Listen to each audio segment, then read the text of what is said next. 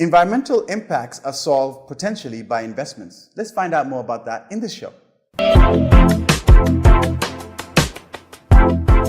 Clean hydrogen is touted to be the game changer of the future. It gives a promise of delivering good, paying, clean energy jobs and realizing a net zero economy by 2050, and that's what we need for the Vision 2040 that we're living through right now. What is in it for Oman, and how will our spending power save the planet? This is The Hydrogen Story, where we talk about the biggest energy transition in history.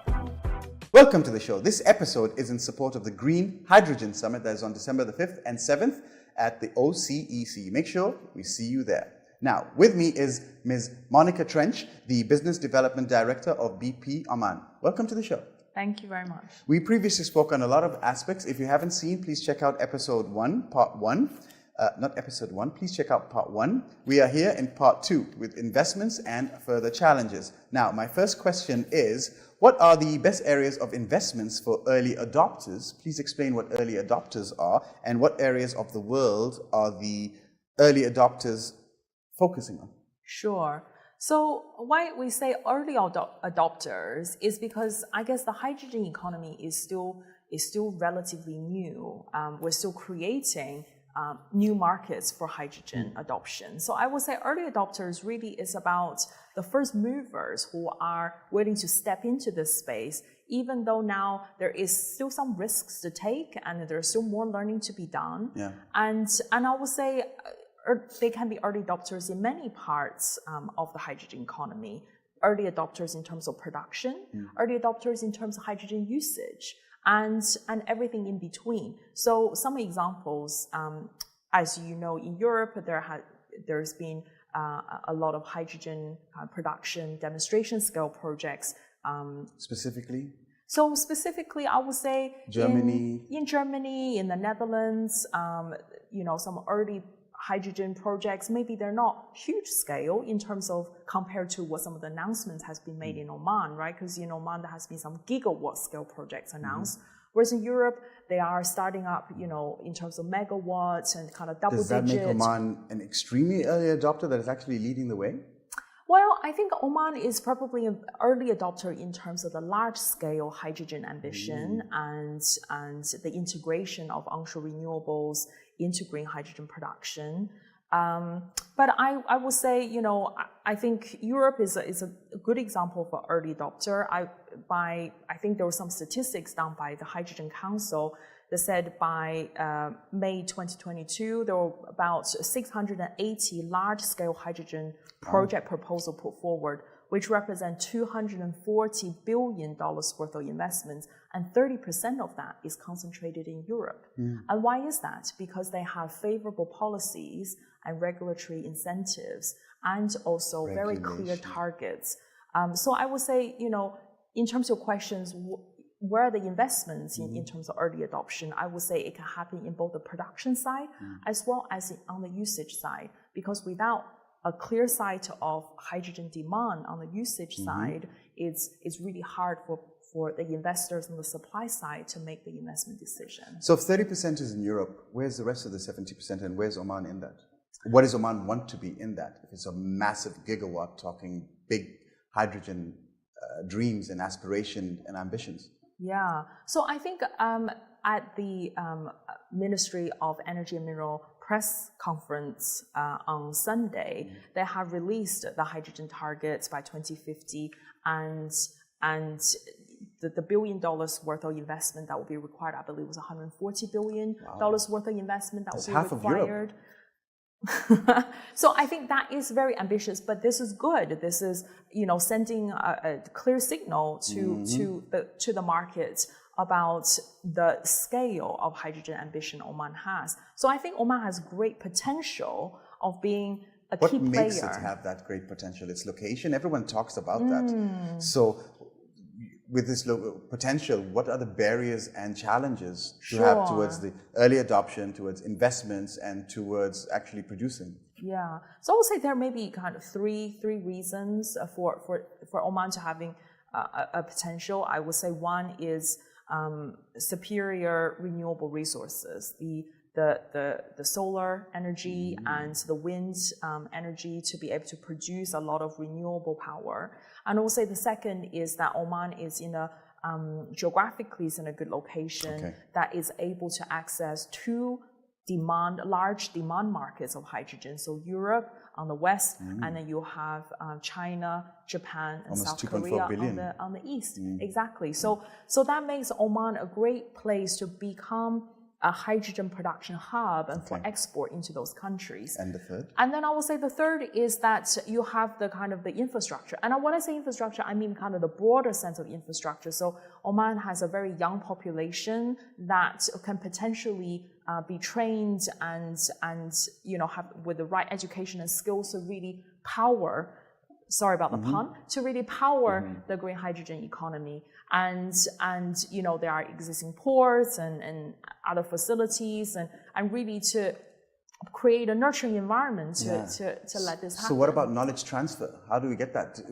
Will people be competing with Oman, or will we all be assisting with each other? And how can we focus to make us get as the best kind of knowledge transfer and technologies be built within us here to be able to be that hub? Yeah. We cannot buy it in. We have to, it would be nice if we outsource it out.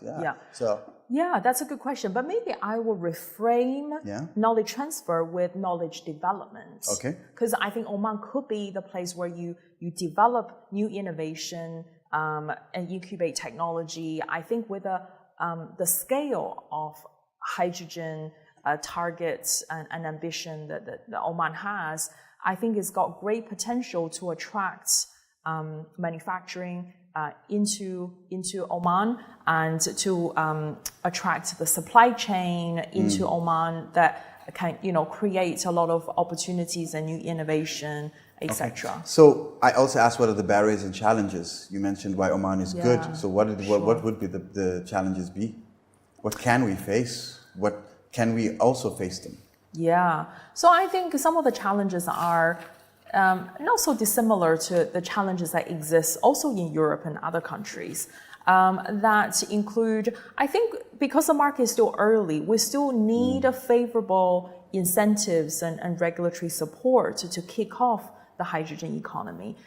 This is still in its early days. Hydrogen production is still expensive, relatively expensive, compared to the fuel that the end consumer will have to substitute it with. So to make the economics work, we really have to be able to drive down the cost of hydrogen. And then really to be able to drive down, you really need to create this early market to start learning by doing, and then and to create innovation. I think I came up with another word in my head, hydronomics.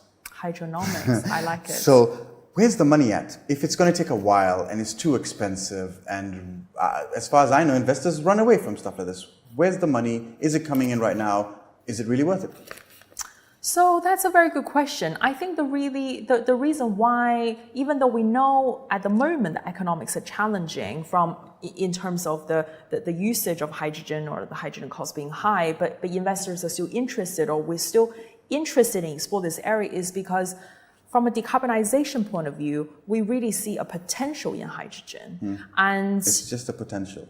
Well, it's not just a potential, but I think we can see a line of sight on how we can drive down cost curve and using economies of scale. Yeah, and I'm just thinking, you mentioned it early on, it's also the urge towards climate change fixing, or helping to adjust or be beneficial towards, or what's the word I'm looking for? Reduce climate change and be supportive towards it. I think a lot of people is that CSR value in the potential. Yeah, I think so. And then really, I think if we want to be able to decarbonize and get to net zero, and hydrogen will have to be part of the solution and can play a critical role in that. And so that's why I think it's got a double end to it that makes it worth the value to actually invest in it. Yeah. Okay.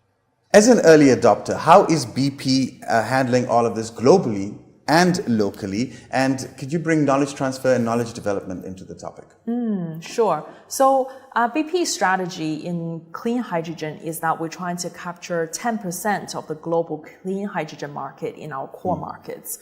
So what does that mean? What are some of the core markets? We're developing hydrogen projects in the UK, in Europe, in some of the key markets also. Part of this 270 billion that is spent by Europe, I presume. Yeah, okay. And also some of the key markets that we're also developing is US, Australia or ASPAC, because Asia is also a key demand market, and in the Middle East. And Oman really is a key part of that story. So for Oman, we have a huge ambition and wanted to develop gigawatt scale projects in Oman that integrates renewable power and green hydrogen to target both decarbonization of local industries as well as to export the green hydrogen molecules into Europe and Asia.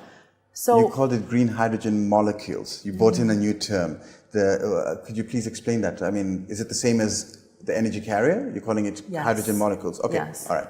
And using them interchangeably and stuff like this that confuses us. Okay. Sorry. Yeah. And there's a lot of lingo in this industry. Yeah. And sometimes maybe when I say green hydrogen molecule, and some people say derivatives because this is another complication. Vector too. Exactly, clean hydrogen vector. What does that mean is that if we want to be able to internationally trade and transport hydrogen in long distances over the sea to countries in Europe and to Asia, we had to find a way to transport this effectively. Because hydrogen molecule, as you probably know from the periodic table from school, is one of the lightest molecules. So it basically, for the same energy content, it takes up a lot more space in gas form compared to, say, natural gas. So how do you make it more compact so you can so it doesn't take up so much space when you have to transport it?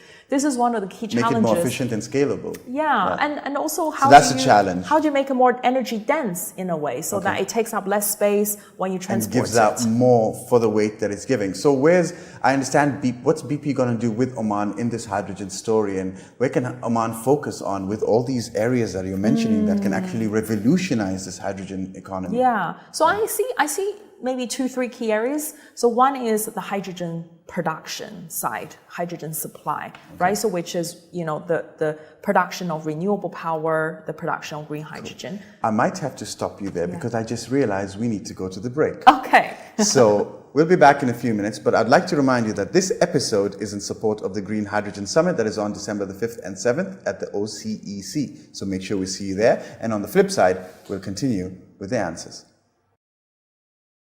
We play, you listen. You talk, we listen. You got something to say? We want to hear it. 95.4 in Muscat. And 91 in Salalah. Music, news, views, and everything in between. TFM. TFM. Let's talk.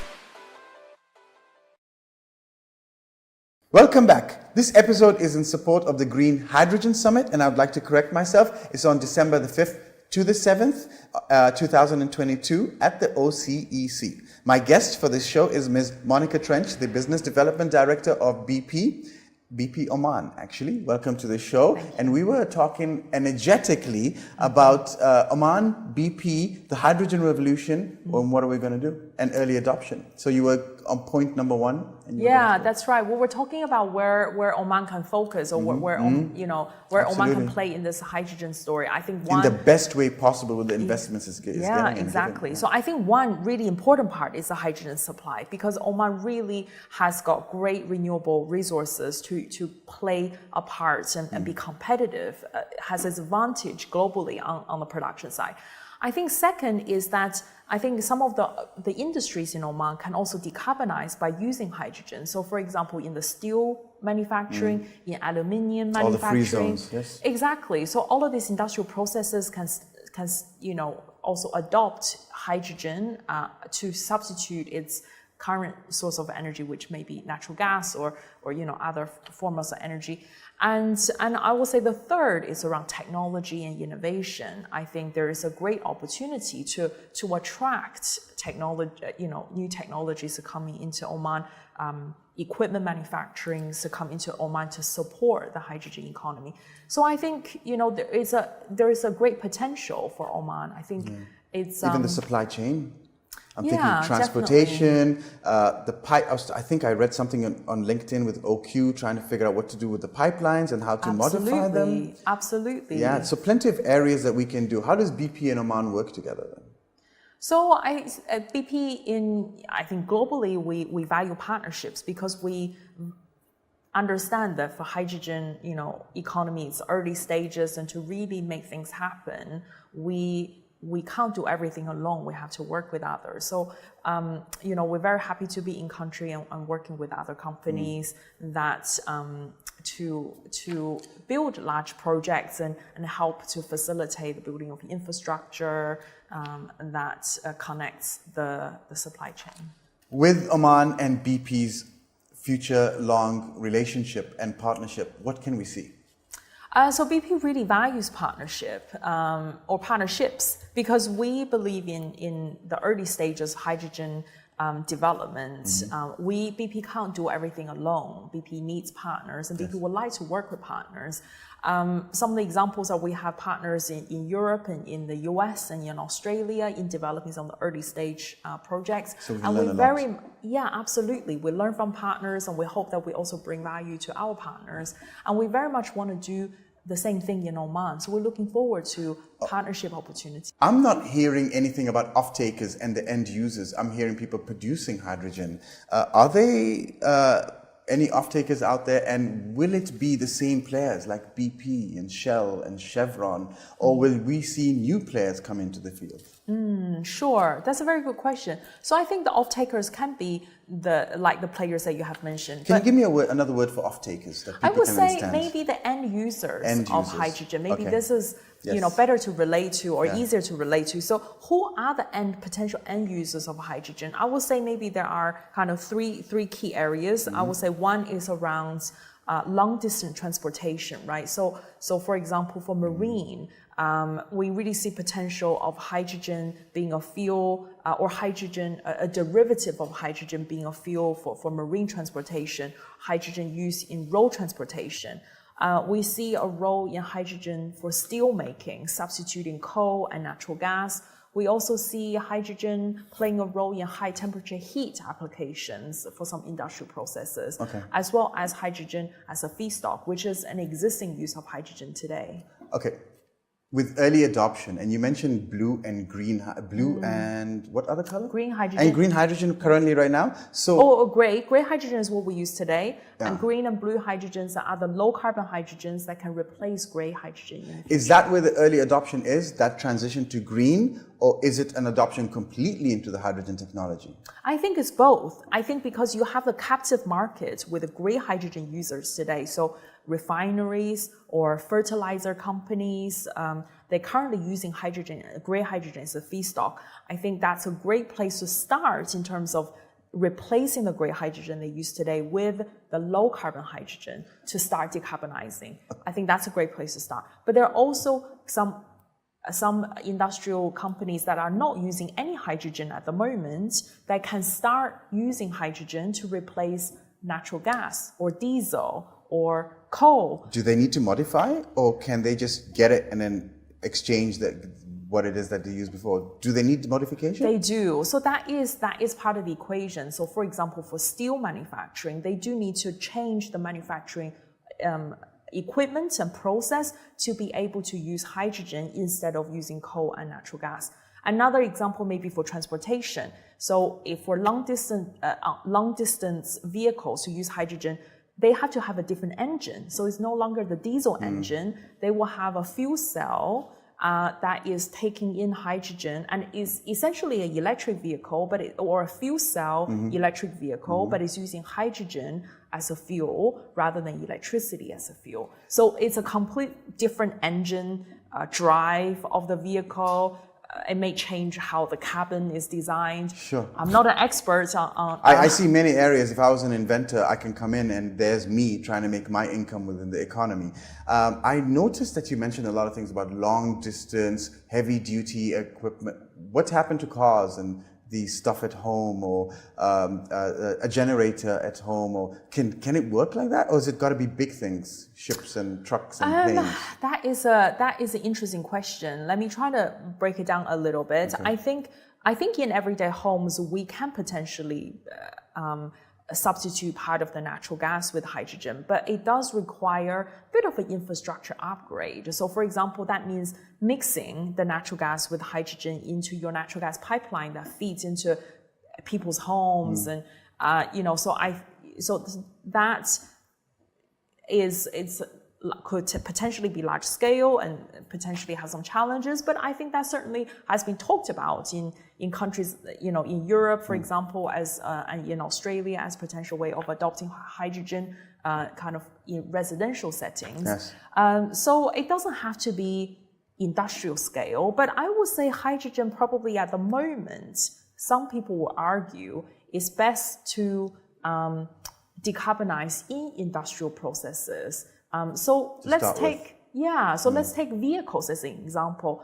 For a passenger vehicle that people drive normally on the roads, I think it's probably more energy efficient to electrify than to use hydrogen. I heard that, which I could not understand.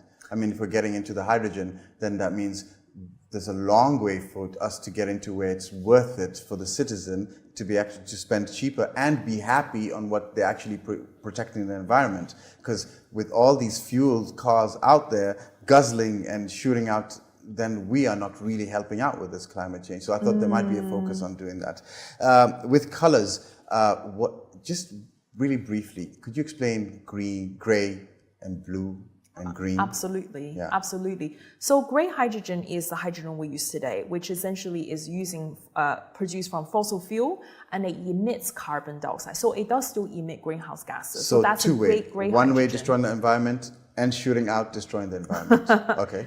And blue hydrogen is basically the same process of creating gray hydrogen, but instead of emitting the CO2, it captures the CO2 and stores it. Interesting. So this is called blue hydrogen. So it's still using a fossil fuel, but it doesn't emit carbon dioxide because it captures the carbon dioxide in the production process. And there's many ways to capture carbon dioxide out there. Yeah, okay, there are different technologies of That's capturing another the technology CO2. a citizen can get into trying to figure out how to make money. Exactly. Economy. And then green hydrogen production is a complete different process.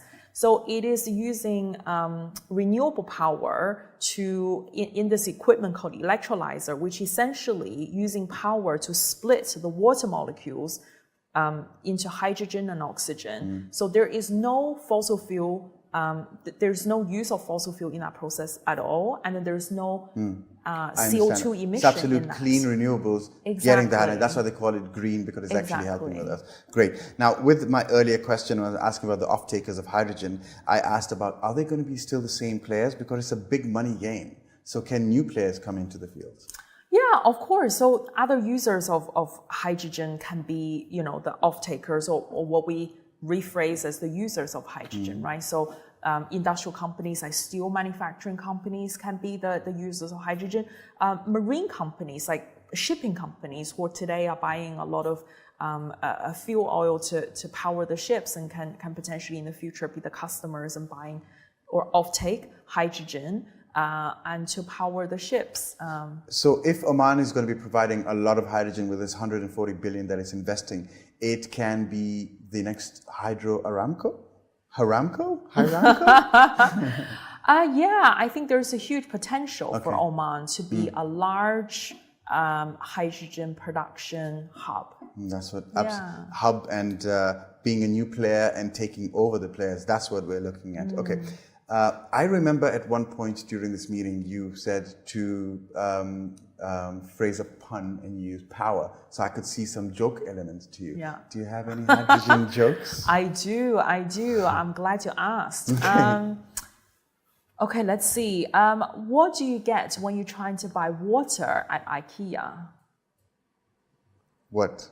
A can of hydrogen and a can of oxygen. Do you get it? Because when you combine it, it's H2O. H2O. Well, it's a joke, people. Some of you get it, some of you don't. But it's a light-hearted way to finish this show. Thank you very much, Ms. Monica Trench, the Business Development Director of BP Oman. It's a pleasure having you here with your insightful answers. And you actually were patient enough with me to be able to answer them. Thank you very much. Thank you so much for having me. It's an honor. I appreciate it. We're going to have Ms. Monica Trench at the Green Hydrogen Summit. So if you've got questions for her, please head over there. 5th to 7th of December at the OCEC. Till then, my name is Fahmi Ma'awali, and let's wait and see who is at our next episode. Take care.